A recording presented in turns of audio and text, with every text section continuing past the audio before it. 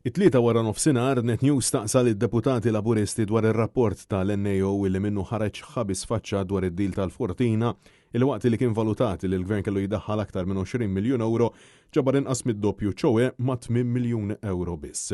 Fil-waqt li d-deputat Prim Ministru Jien Borġ saħaq illi ma kellux idea tal-valutazzjoni li tkellem dwarha l-NAO, skont ix-xhieda tiegħu iċ-chairman tal-Lens ta' dak iż-żmien kien effettivament kellmu dwarha.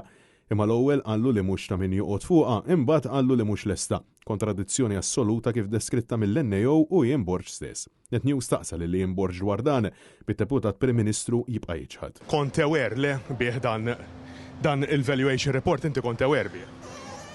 Għalfej. Skont ir-rapport tal-NAO u skont ix-xhieda li ngħatat qed jiġi allegati li l-ex Chief of Staff tal-Prim Ministru Keith Kembry ħeba ir-rapport tal-valutazzjoni bid-deputati skomdi jwieġbu. Tinkwetak il-fatt li allegatament kien hemm Chief of Staff li ħeba mill-kabinett. Dwar li ma kasab titkellimni. M'għandekx kummenti. M'għandix kummenti x'ngħid. Ma inti kont parti minn dak il-kabinett ma tħoss ġifieri illi ingannawk. Miegħek tinsix li mxew mod ieħor kienu fis-snin preċedenti. L-istqarrija tal-Gvern hija ċara, jien noqgħod ma l-istqarrija tal-Gvern. Tinkwetak li għandek Chief of Staff li ħajba mill-kabinett.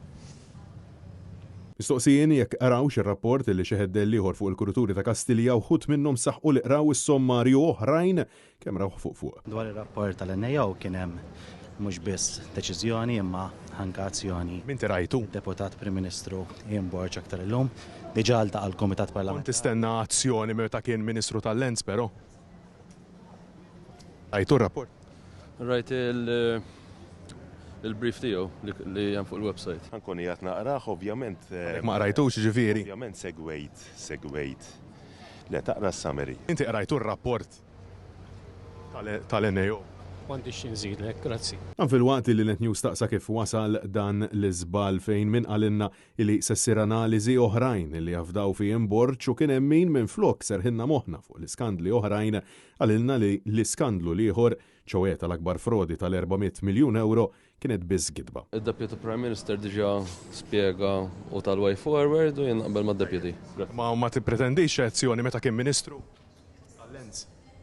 Importanti li wieħed jara l-fatti kollha, ġifieri wieħed irid jagħmel analiżi ċara ta' dak illi tħallas kellek aktar minn stima waħda anke kif inti. Ma setax isser qabel però l-analiżi għalfejn se tissir. Ara, jiena parti mill-Parlament illi iddiskuta propju dak illi huwa indikat fir-rapport. Jismoħħhom mistrieħ illi kull 1 cent se jintrat lura. Bħal 400 miljun? Dik tal-400 miljun hija kitba tagħkom. Francesco Catania, Net News.